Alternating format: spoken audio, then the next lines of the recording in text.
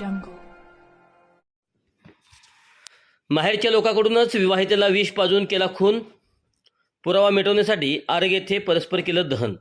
पतीला सोडून दुसऱ्या जातीच्या तरुणासोबत पळून गेल्याच्या रागातून माहेरच्या लोकांनी आपल्या मुलीला जबरदस्तीने विष पाजून खून केल्याचा धक्कादायक प्रकार उघडकीस आला आहे.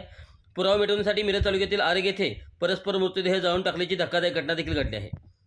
सत्यवा संतोष हेळवी वय वर्ष 24 असे दुर्दैवी महिलेचे नाव असून 21 मार्च रोजी घडलेली ही घटना आता समोर आली आहे.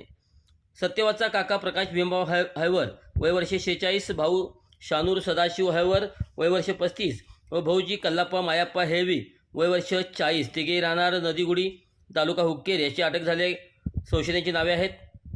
सत्यवाचा 4 वर्षापूर्वी रायबाग तालुक्यातील हानभरट्टी येथील संतोष हेळवी यांच्याशी विवाह झाला होता. परंतु सत्यवाचे माहेर गावातील म्हणजेच नदीगुडीतील कृष्णा सहदेव पाटील नामक तरुणावर लग्नाच्या आधीपासूनच प्रेम होते. लग्नानंतरही ते एकमेकांच्या संपर्कात होते. त्यामुळे 17 फेब्रुवारी रोजी सत्यवा पतीच्या घरातून पळून कृष्णाकडे गेली. त्यानंतर हे दोघेजण दोन्ही परिवारापासून लपून बेळगावात भाड्याने घर घेऊन राहत होते. बरेच दिवस शोध घेऊन येईल सत्यवाचा पत्ता न मिळाल्याने आपली मुलगी बेपत्ता झाल्याची फिर्याद संबंधित कुटुंबियांनी पोलिसात नोंद केली. एकीकडे पोलिसांकडून शोध सुरू असताना घरच्या लोकांकडूनही सत्यवाचा शोध सुरू होता.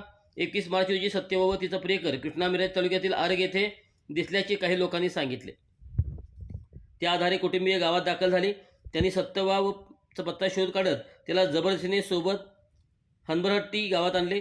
तिला जबरदस्तीने विष पाजले. ती मृत पावल्याचे लक्षात येताच रात्रीच तिचा मृतदेह घरच्यांनी परस्पर दहन केले.